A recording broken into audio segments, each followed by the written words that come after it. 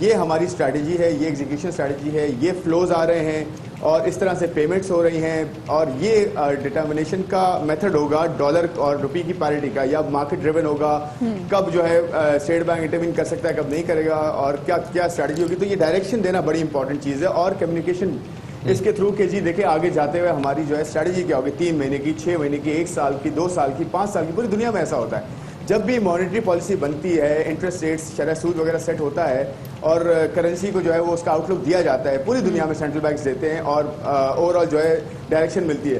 اس کی وجہ سے جو بزنس ہوتے ہیں ان کے لیے بڑی آسانی پیدا ہو جاتی ہے, اور جو آپ پھر یہ دیکھتے ہیں کہ جو پیرٹی ہوتی ہے وہ امپروو ہونا شروع ہوتی ہے, بلکہ اسٹیبلائز ہونا شروع ہوتی ہے. دیکھیں انویسٹرز کے لیے والیٹیلٹی بڑی خراب ہوتی ہے, خاص کر کرنسی مارکیٹ میں, ان کے لیے اسٹیبلٹی بہت امپورٹنٹ ہے. تو یہ چیز ڈیفینیٹلی ڈائریکشن دے گی جو اچھی ڈیولپمنٹ ہے. بہت بہت شکریہ خرم شہزاد ہمارے ساتھ موجود رہنے کو, اور دعا کریں کہ اب پالیسی ریٹ بھی مستحکم رہے. اگر 12.25 تک پہنچ گیا, اللہ کرے آگے بھی ویسے ہی رہے, اور امید کرتے ہیں اس سے مارکیٹ میں وہ جو کھویا ہوا اعتماد تھا انویسٹرز کا وہ واپس آنا شروع ہوگا. ایگزیکٹلی, اور کیونکہ روپے کی قدر مسلسل جو گرتی جا رہی تھی, تو اس میں جو لوگ تھے پاکستانی لوگ وہ بھی بہت زیادہ پریشان تھے, کیونکہ اس افیکٹ ہم پہ لوگوں پہ ہو رہا تھا, مہنگائی بڑھتی جا رہی تھی. اللہ کرے جیسے نے بات کی کہ بھی آگے آج IMF کا جو پروگرام ہے فائنلی دستخط ہو جائیں گے, تو اللہ کرے چیزیں اچھی ہو جائیں. خیر جی, پچھلے دنوں کراچی میں ایک شدید کمال قسم کی فرنیچر کی نمائش ہوئی تھی, جس میں 40 بڑی جو کمپنیز ہیں انہوں نے اس میں حصہ لیا تھا. کیسا فرنیچر تھا, کس نسل کا فرنیچر تھا, یہ سب کچھ ہمیں بتا رہی ہماری نمائندہ نمائکہ.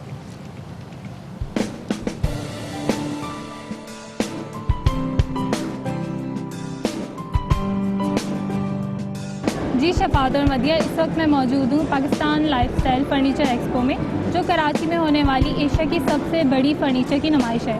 یہاں پر لوگ آ رہے ہیں اور بہت سارے آپشنز ہیں ان کے پاس کہ وہ فرنیچر خریدیں, اس میں سے سلیکٹ کریں کہ ان کا اسٹائل کیا ہے اور اس کو بورو کریں. آئیں مزید یہاں پر جانیں گے کہ یہاں کیا ہو رہا ہے.